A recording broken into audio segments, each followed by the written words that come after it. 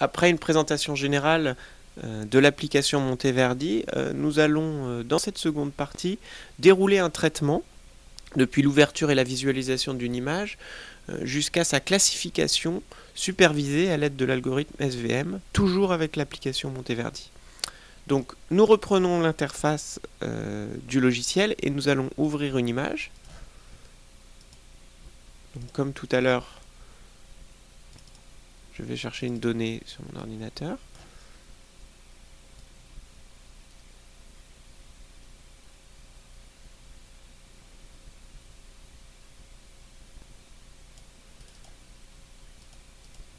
Voilà, cette image, je vous la montre tout de suite. C'est un extrait d'une image QuickBird.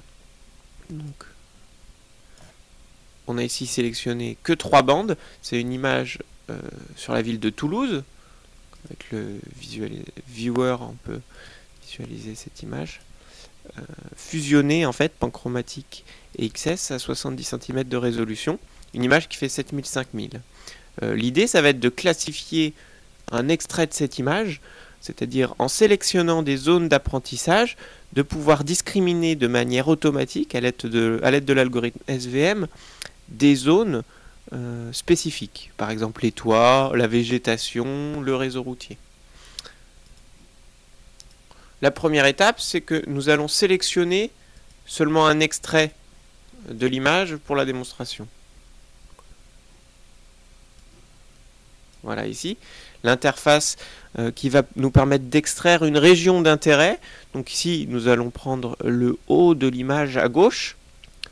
Dynamiquement, on sélectionne un cadre extrait de l'image. Donc ici, ça va être une image qui va faire environ 2000 par 1500 sur le nord-ouest de l'image. On valide et on crée un objet en fait qui est une extraction simple de notre image.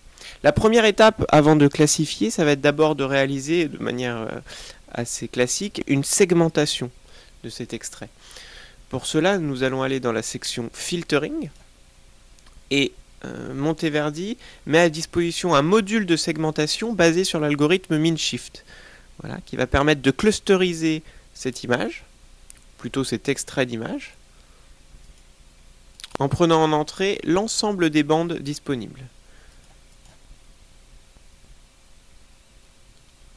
Nous ouvrons le module et nous voyons ici l'image extraite tout à l'heure que nous allons segmenter.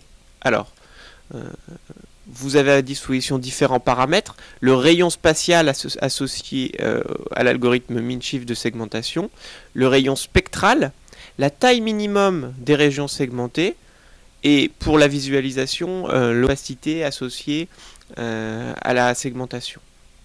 Laissons les paramètres par défaut pour la démonstration. Lançons l'algorithme. Voilà, il est terminé. Alors, comme tout à l'heure, on réexplique que par défaut, Monteverdi travaille en streaming, c'est-à-dire que pour l'instant, il n'a réalisé la segmentation que sur la zone que nous visualisons ici. On peut le voir ici, avec la petite coche Display Cluster. Si je décoche ça, on revient bien, vous le voyez, à l'image d'origine. On peut agrandir un peu.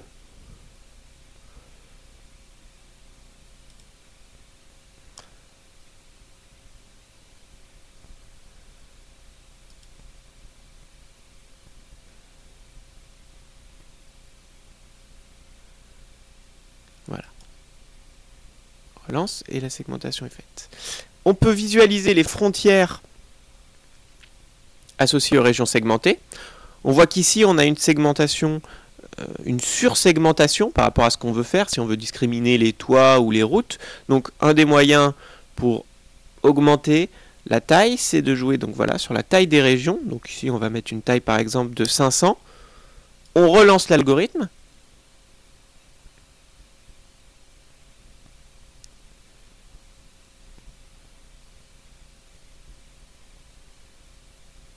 Et voilà, on voit en résultat une segmentation voilà, beaucoup plus lâche avec des régions de plus grande taille. Donc ça va être beaucoup mieux pour réaliser la classification.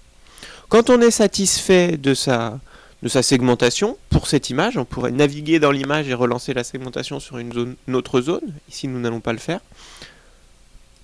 On ferme le module MinShift et on a créé un nouvel objet de manière classique avec les images clusterisées et le vecteur associé à l'image de frontière. Maintenant qu'on a réalisé la segmentation, ou plutôt qu'on l'a enregistré dans Monteverdi, nous allons réaliser une classification supervisée à l'aide de l'algorithme SVM. Nous allons dans la section Learning et nous ouvrons le module SVM classification, avec en entrée l'image clusterisée à l'aide de l'algorithme MinShift. On met en cache cette image, c'est-à-dire que on va réaliser sur notre extrait d'image QuickBird sur Toulouse la segmentation à l'aide de l'algorithme MinShift. Pour l'instant, on l'avait seulement fait sur l'extrait qu'on visualisait, qui nous a permis d'avoir une bonne idée des paramètres à mettre en œuvre pour avoir une segmentation correcte. Et si on réalise effectivement la segmentation.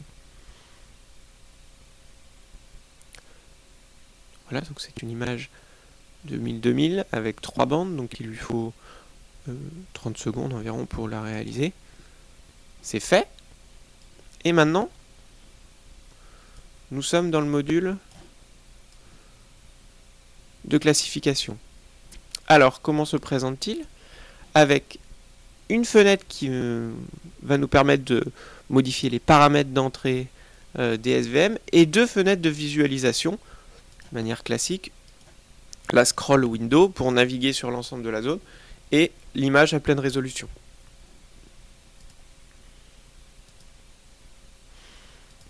L'idée ici, ça va être de sélectionner des zones d'apprentissage à donner en entrée à l'algorithme. Comment on le fait à travers ce module? On appuie sur le bouton Add. Voilà. On a ajouté une classe et il faut ajouter des polygones d'apprentissage en les sélectionnant de manière interactive sur l'image, dans l'image pleine résolution. Donc la classe 1, là, nous allons par exemple sélectionner des toits. Une fois qu'on a sélectionné les 4 coins du polygone End, on peut en ajouter, autant qu'on le souhaite évidemment.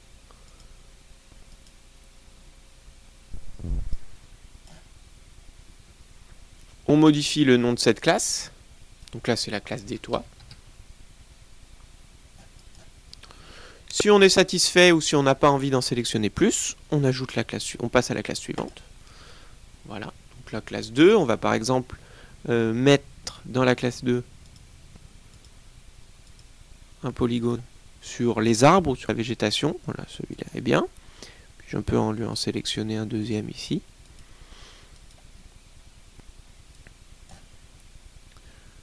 Je change le nom associé.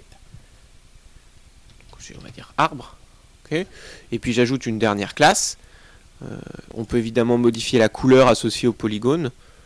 Donc ici je vais mettre une couleur un peu grise et sélectionner un polygone d'une classe route. Ici, on sélectionne un autre ici. Parfait. Une fois qu'on a sélectionné nos polygones sur l'image, on effectue l'apprentissage associé en appuyant sur le bouton Learn. Voilà, là l'algorithme à partir de ces échantillons de ces 3 classes a réalisé l'apprentissage. On peut changer aussi le nom de la classe ici, en route. Voilà. Et on peut lancer la visualisation. Donc là l'algorithme a pu discriminer pour l'ensemble des pixels de l'image dans quelle classe il se situe, toit, arbre ou route, et il a classifié. Et on voit qu'ici, en naviguant dans l'image, on a réussi, en sélectionnant très peu de polygones, à bien discriminer les régions associées plutôt à des toits, celles à des arbres, et on voit aussi les routes associées. C'est une première classification très simple avec très peu de sélection d'apprentissage, mais on voit que l'algorithme SVM a quand même bien discriminé l'ensemble des régions.